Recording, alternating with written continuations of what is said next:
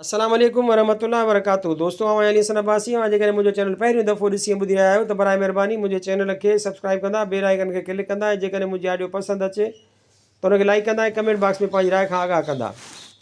किताब जो नालो आहे ॻाल्हियूं मुंहिंजी सिंध जूं, मकाला, तकरीरूं, ख़त ऐं इंटरव्यू। मुसनिफ़ सैयद असामुद्दीन राशिदी, मुरतब ग़ुलाम अहमद लाखो, छपाईंदड़ सिंधी अदबी बोर्ड ऐं endowment fund trust for the preservation of the heritage of Sindh. छापोटियूं साल 2020 ईस्वी, वधायल ऐं संवारियल। पेश लफ़्ज़। शाह लतीफ़ जे फ़न ऐं फ़िक्र ते पीर असामुद्दीन राशिदीअ तमामु घटि लिखियो, लेकिन जो कुझु लिखियाईं उनखे इल्मी हल्कनि में वॾी वुक़त हासिलु थी। पीर साहिब जी लिखत मौलाना दीन मोहम्मद वफ़ाई मरहूम जे किताब शाह जे रिसाले जो मुतालियो मुतब 1962 ईस्वीअ में पेश लफ़्ज़ तोरायल आहे। वरंदे साल 1963 ईस्वीअ में बम्बई जे रिसाले कुंज सिंध नंबर कढियो ऐं साॻी तहरीर शाह जी हिकमत उनवान सां उन में बि शाया थी। हिन लिखत मां कुझु टुकड़ा एजी उत्तम पंहिंजे तरतीब ॾिनल किताब शाह सचल सामी 1982 ईस्वीअ में पिणु शामिलु कया आहिनि। यादि रहे त उत्तम ही किताब राशिदी साहिब जे नाले मनसूब कयो आहे। सवारे दी बगुज़श्ती व माहनूज़ शौक़ निहादे रूए बखा में समन तोए निहाले उम्रे जे बादे अजल फतादाए अजपाई हनूज़ मां बहुई कदे बुलंद तुए। 1949 ईस्वीअ जा पोयां पसा हुआ ऐं 1950 ईस्वीअ जे अचण में भायां का पर पाछे जी देरि हुई। मौलाना दीन मोहम्मद वफ़ाई मरहूम सिंध जे अज़ीम शाइर शाह लतीफ़ ते किताबु पूरो करे ॿियो हथ में खणी चुको हो। ॻाल्हियूं त पयूं हलंदियूं हुयूं, पर उहो तरीअ ते लाइण न ॾींदो हो त कहिड़ो किताबु लिखी चुको आहे ऐं कहिड़ो रिथा हेठि अथसि। जॾहिं मिले तॾहिं छड़ो एतिरो चवे, सो बि हमेशह जे आदत मुताबिक़ मख़सूस अंदाज़ में वॾो टहक ॾेई तर्स पाण ई कॾहिं ॾिसंदे। उहो ई ज़मानो हो जो मौलाना नए छापे लाइ अलहमुल बारी जी तसहीह शुरू करे ॾिनी हुई ऐं सिंध जे क़दीम मशाइरनि ते पिणु हिकु जामिया तज़किरो तयारु करे रहियो हुयो। गोया उहे हुआ 4 इल्मी कम, जिन मां 2 मालूम ऐं 2 नामालूम। लुत्फ़ लतीफ़, जंहिंजो नालो पोइ मालूम थियो, प्रेस में हो। पहिरें जुज़ जो प्रूफ मौलाना पाण पढ़ी चुको हो। उन किताब जो दीबाचो वफ़ात खां 6 ॾींहं अॻु यानी 5 अप्रैल 1950 ईस्वीअ जो लिखी पूरो कयो हो आई। सिंधी मशाइरनि जे तज़किरे जी तकमील अनक़रीब थियण ते हुई। अलहमुल बारी वफ़ात खां अॻे ॾींहं जे शाम ते नज़रसानी कंदे संदसि हथ में ॾिठुमि। बाक़ी रहियो शाह लतीफ़ ते संदसि ॿियो किताबु, उन जो हिकु नामुकमिल फ़िक्रो संदसि कत मां निकितल ई हो जो क़ज़ा जे कलम जो वहण वही वियो, याने अजल जा चौबदार पिरीअ संदे पार जो परवानो खणी अची मथां बीठा। मौलाना सभई कम छॾे बोछण कुल्हे ते रखी अलाह तो आहार चई रब ॾांहुं राही थियो। लॾे विया छॾे विया काहे धण धराड़, नका कूक कंदिन में नका तड़ तंवार, वीचारा पंहार खिलंदे राति खणी विया।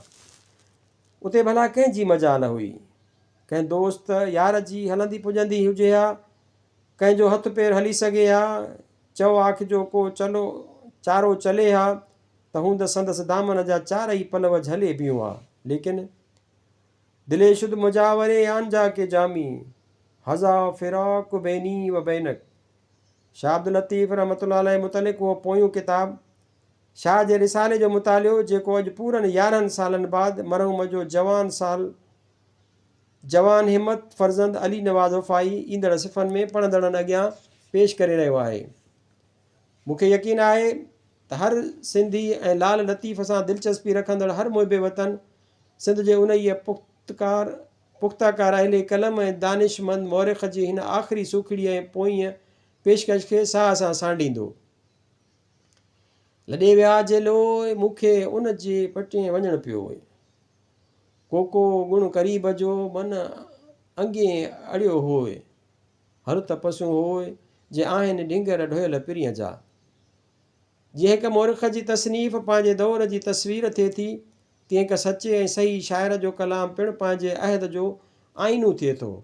फ़र्क़ु फ़क़ति हेतिरो आहे त मौरिख़ सोचे सम्झी ठही ठुकी रिथे पई ऐं घणो करे मसनूई ऐं ख़ारिजी मुहरिकात जे तहत पंहिंजी तारीख़ खे तयारु करे थो, ऐं शाइर सवाइ कंहिं निस्बत ऐं सबबु ख़ासि जे सवाइ कंहिं ज़ोर बार या ख़ारिजी असर ऐं इक़्तिदार जे। पंहिंजे माहौल जी सचीअ पचीअ हलीअ चलीअ खां, उथी वेठीअ खां, थींदड़ हक़ या नाहक खां, हलंदड़ तौर तरीक़े दस्तूर खां, रीत रस्म खां, महज़ पंहिंजे दिलि जी घुर ते ऐं महज़ पंहिंजे ज़ाती मुशाहिदे ते फितरी तरह मुतासिर थी कलाम में उहे वाक़ियात शऊरी या ग़ैर शऊरी तरह आणे छॾे थो जो संदसि सॼे अहद जी गोया सची पची तस्वीर चिटी वञे थी। उहो ई सबबु आहे जो मोरिख़ जे लिखणीअ ते 10 दफ़ा सोच करणु लाज़मी थियो पवे ऐं शाइर जे कलाम मां जेके तारीख़ी ऐं तमदुनी नुक़्ता हथ अचनि था उहे घणो करे क़ाबिल क़बूल थींदा आहिनि। तंहिं करे ई जॾहिं कंहिं बि ख़ासि दौर जी सही सूरत हाल लाइ मवाद ॾिसणो पवे थो उन वक़्तु नसरी मजमूअनि सां गॾु नज़म जो ज़ख़ीरो पिणु नज़र मां कढणु लाज़मी बल्कि अज़हद ज़रूरी थियो पवे थो। सुवारीअ सिंध जे सदाबहार शाइर शाह लतीफ़ जे कलाम में 12वीं सदी हिजरीअ वारी सिंध मुतलिक़ तारीख़ी तमदुनी ऐं जाग्राफ़ी मवाद एतिरो घणो मिले थो जो जेकॾहिं उनखे मंझांसि वेही सोइजे त हूंद सिंध जे उन्हनि 100 वरियनि जी तस्वीर घणी हद ताईं पंहिंजे सचीअ पचीअ सूरत में असांजे अॻियां अची वञे। लेकिन अफ़सोस आहे जो उन क़िस्म जे मवाद खे शाह जे रिसाले सां गॾु करणु या ख़ुसूसन उन ई नुक़्ते निगाह सां रिसाले खे ॾिसी उन मां मसाले कढण जी कोशिशि अञा ताईं कंहिं बि सिंधीअ कान कई आहे। मुमकिन आहे उन ई ॾिस में कनि साहिबनि के मुख़्तसिर मकाला लिखिया हुजनि, कनि हिंदू साहिबनि पिणु कंहिं ज़माने में नंढा रिसाला लिखिया हुआ, पर उन्हनि सभिनी में तहक़ीक़ जे बजाए तसवुर जो दख़ल ज़्यादा आहे। बल्कि शाह जे ज़माने जो पस मंज़र पहिरियों दफ़ो जंहिं माण्हूअ ॾिनो उहो मग़रिबी आलिम सोरले हो, जंहिं बि पंहिंजे मवाद ऐं ख़ुदि शाह जे कलाम खे न बल्कि ख़ारिजी ज़रियनि खे अख़्तियार ऐं इस्तेमालु कयो। शाह जे हमवतननि मां मरहूम मौलाना दीन मोहम्मद वफ़ाई पहिरियों बुज़ुर्ग आहे जंहिं ख़ालिस तारीख़ी ऐं तमदुनी नुक़्ते निगाह सां रिसाले जो मुतालियो करे हिकु मुस्तक़िल किताब जो बुनियादु विधो, जंहिंजो नालो मरहूम पाण ई शाह जे रिसाले जो मुतालियो रखी वियो। इहो ख़्यालु बि ख़ुदा बख़्शे मरहूम खे ग़ालिबन उन ई करे आयो जो संदसि ज़हन ऐं फ़िक्र ॿई तारीख़ी सांचे में ठही तयारु थिया हुआ। किताब में जीअं पढ़ंदड़ पाण ॾिसंदा मौलाना सभ खां पहिरियां मुख़्तसिर तरह शाह जी सिंध जो सियासी पस मंज़र आणे उन में शाह जो जेकी हिसो आहे उनखे उन जे ई कलाम मां ॾेखारण जी कोशिशि कई आहे। उन जे सिलसिले में 2 मुख्य ॻाल्हियूं हीअ आहिनि। 12वीं सदीअ में सियासी तरह सिंध वॾे कूप ऐं ॾाढीअ कश्मकश में मुब्तला हुई। मुग़लनि जे ग़ुलामीअ जो ॻिचीअ मां ॻटु निकितो ई मस हितां जे मक़ामी ख़ानदान सिंध जी सरबराही कंदे आज़ादी वरिती हुई जो मथां अची नादर नमूदार थियो। उनखां अजल आजो कयो त कंधारियुनि अची मथां कड़को कयो। हिकु दफ़ो न बल्कि बार घरां रुसनि त सिधो सिंध में। उन ई करे त वॾनि चयो जॾहिं तॾहिं सिंधड़ी तोखे कंधार ऐं जोखो। बहरहाल ग़ैरनि जे ग़ुलामी ऐं धारियनि जे पे दर पे ॾुखो ईंदड़ ॾाढायुनि शाह जे ज़हन खे अज़ियत पहुचाई ऐं हिन उन ई हाञे खां मुतासिर थी पंहिंजे कलाम में मुख़्तलिफ़ पैरायनि ऐं पहलुअनि सां ॾेरनि जे ॾाढ ख़िलाफ़ जिहाद जोटियो ऐं मुसलसल ग़ुलामीअ में रहण सबबि वतन सां मुहबत ऐं पंहिंजे गिरदो पेश सां वफ़ादार रहण जो अहसासु जेको सदियुनि खां सुतल हो उनखे झंझोड़े जाॻायो ऐं कोशिशि कयाई जीअं सिंधियुनि खे पंहिंजे समाजी रिवायतुनि रीतुनि ऐं रस्मुनि सां प्रीत पैदा थिए ऐं ग़ुलामीअ सबबि सिंधी समाज ऐं रहणी करणीअ ते जेके धारिया ऐं मसनूई असर पिया हुआ उन्हनि जा दाग़ धोई असांजे पोती ऐं पैराहनि खे पाक ऐं साफ़ु करे। सिंध जे हिंदुनि ऐं मुस्लमाननि में मज़हबी कश्मकश ऐं तअसुब ॾाढो घणो पैदा थी पियो हो। हज़रत मखदूम मोहम्मद हाशिम अलैहिर्रहम जी सख़्त गीर पॉलिसीअ सिंध अंदरि आलिम सगोरनि जो हिकु अहिड़ो तबिको तयारु करे छॾियो हो जंहिं तबलीग इस्लाम लाइ घणी हद ताईं तशदुद आमेज़ बल्कि ग़ैर इस्लामी अंदाज़ अख़्तियार कया हुआ। जेकॾहिं कंहिं ग़ैर मुस्लिम जे वातां अलाह मोहम्मद ऐं रसूल जो लफ़्ज़ निकिरंदो हो त वर ॾेई उनखे हल्का इस्लाम में दाख़िल फ़रमाए, यानी मुरवजा मख़सूस मुहावरे मुताबिक़ मुशरफ़ ब इस्लाम करे पंहिंजा तबलीगी फ़राइज़ बजा आणींदा हुआ। उन जो लाज़मी नतीजो इहो निकितो जो सदन तौर ऐं तरीक़े ऐं उन जे लफ़्ज़ी फंद ऐं फेर ग़ैर मुस्लमाननि खे ॾाढो होल ऐं हिरास में विझी छॾियो। उहे पाक नाला वठण त दरकिनार ऐं बजाए ख़ुदि रहिया हिननि पंहिंजे चोटीअ ऐं धोतीअ जो ख़ैर ऐं तहफ़ुज़ उन में सम्झो त मुर्गो उहे अखर उचारण ई छॾे ॾियनि जिन मां ख़तरे जो इम्कानु हुजे। चुनाचे ॿियनि लफ़्ज़नि सां गॾु रसो चवणु हिननि उन ई करे छॾे ॾिनो हो जीअं दीन जा मुबलिग उन में लाम पंहिंजे तरफ़ां विझी रसूल बनाए को मुमल न मचाए विझनि।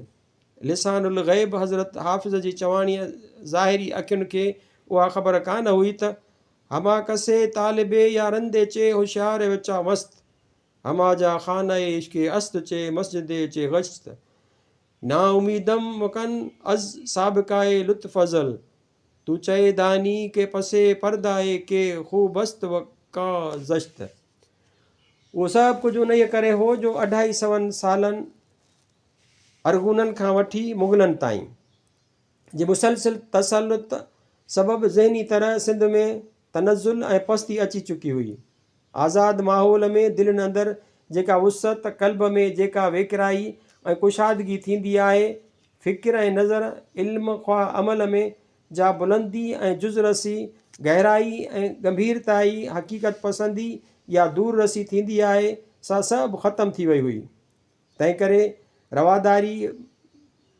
रवादारीअ बिरादरीअ पाड़ेसराईअ या हमवतनीअ जा जेके इंसानी नंग ख़्वा इस्लामी अंग हिकु आज़ादु क़ौम में थियणु खपनि उहे सभु हितां निकिरी चुका हुआ ऐं उहो सॼो खुलम हो उन अहसास कमतरीअ जो ॿारियल जेका ग़ुलामीअ जी ज़िलत ऐं पस्तीअ जी पैदावार थींदी आहे जंहिंजे करे ग़ुलाम क़ौम जा अफ़राद पंहिंजे उन अहसास खे मिटाइण ख़ातिर हिकु ग़ैर फितरी बरतरी हासिलु करण लाइ के मसनूई रीतूं ऐं रस्ता पैदा कंदा आहिनि जिन मां हिकु तरीक़ो उहो पिणु आहे त मज़हबी फ़रूआत ते ख़्वामख़्वा ज़ोर ॾिजे मुनाज़िरेबाज़ी करे हिक ॿिए मथां सबक़त ऐं बरतरी हासिलु कजे दीन में ग़ैर ज़रूरी निमाश करे मज़हब खां ज़्यादा पंहिंजी ज़ाती पाकाई ऐं बुज़ुर्गी जताइजे ऐं क़तई ग़ैर इस्लामी तरीक़नि जे वसीले इंसाननि खे हिकु मज़हब जे दाइरे मां ज़ोरीअ गेले ॿिए मज़हब में दाख़िल करे उन ते बगल बाजा वॼाए पंहिंजे पधार खे आसूदगी पहुचाइजे।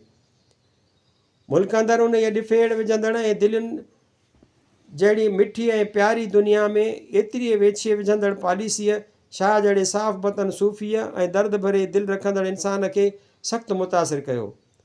शाह घुरियो थिए त कुफ़र काफ़र रा व दीने दीनेदार रा ज़राए दर्दे दिले अतार रा छो हिन पंहिंजे कलाम अंदरि मखण माखीअ ऐं मिसरीअ जे उन इहा हद ताईं पालूट करे छॾी जो तुर्शीअ तलख़ीअ तुंदीअ ऐं तेज़ीअ जो जेको डोज़ ग़ैर मुस्लमान पंहिंजे हम वतन भाइरनि हथां चखी चुका हुआ उहो यकलख़्त मेठ ऐं मेठाज में बदिलजी वियो।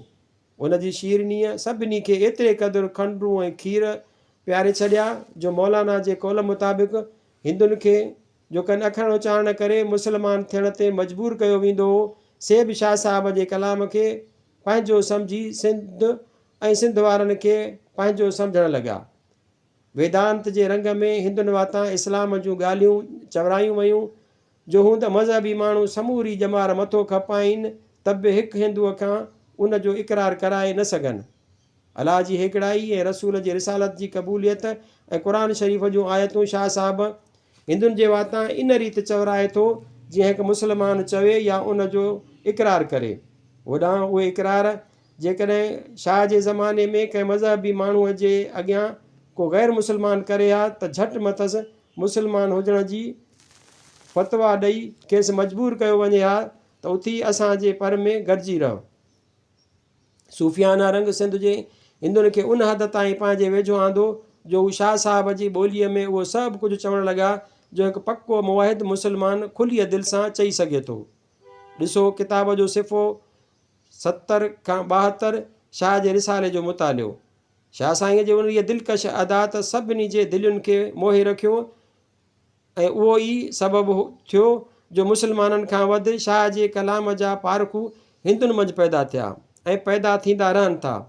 स्वर्गवासी लीलाराम जेठमल परसराम डॉक्टर गरबख्शाणी लालचंद अमर ॾिनूमल भेरूमल मेहरचंद कल्याण आडवाणी राम पंजवाणी फतेहचंद वासवाणी प्रोफेसर झमटमल ऐं ॿियनि समूरनि हिंदू मशाइरनि जूं ख़िदमतूं उन ई ॾिस में केरु आहे जो विसारे सघे थो। उन ई मज़हबी मुनाफ़रत ऐं सख़्तीअ वारी पॉलिसीअ मां शाह खे सिंधी वहदत जे टुटण ऐं मुल्की आज़ादीअ जे सल्ब थियण जो पिणु वॾे में वॾो इम्कानु बल्कि जाइज़ ख़तरो नज़र आयो थिए। खेसि उहो ई ख़्यालु हो त उन ई फोट ऐं मज़हब जी मसनूई ॾिफेड़ मां अफ़गानी हमला आवरनि जन मुग़लनि जे पुॼाणीअ बाद ऐं नादिर जे खूनख़्वारीअ खां पोइ हिकु नई बला जे मुहिंदारनि अची मुंहुं कढियो तन जा पेर पुख़्ता थींदा। उन मज़हबी छेड़छाड़ जा वॾा मर्कज़ उन ज़माने में हूअं त घणा ई हुआ, लेकिन सभिनी में बर्क़ हो ठटो, जंहिं ते सदियुनि खां वठी धारियनि जूं हिक ॿिए खां धार कंदड़ पॉलिसियूं असरअंदाज़ हुयूं। ऐं उन खां पोइ हुआ मटियारी, हाला ऐं मुलाक़ातियार जा शहर। उहे सभु ई मर्कज़ शाह जे आस पास हुआ। उते थींदड़ कारवायूं राति ॾींहुं वेठो ॾिसंदो ऐं पसंदो हो। असां सवाइ ठटे में जिते मखदूम मोहम्मद हाशिम अलैहिर्रहम जो स्कूल मदरसा क़ाइमु हो, जंहिं मेराण जे अणखुट मौजुनि में अणगाणो लहरुनि हूंदे बि सिंध खे अरबी सहरा सम्झी ख़ुदा ॼाणे कहिड़े ख़्याल ख़ातिर हाशमी कूज़ा ईजाद कया हुआ। उते पिणु शाह जो घणो अचणु वञणु हो।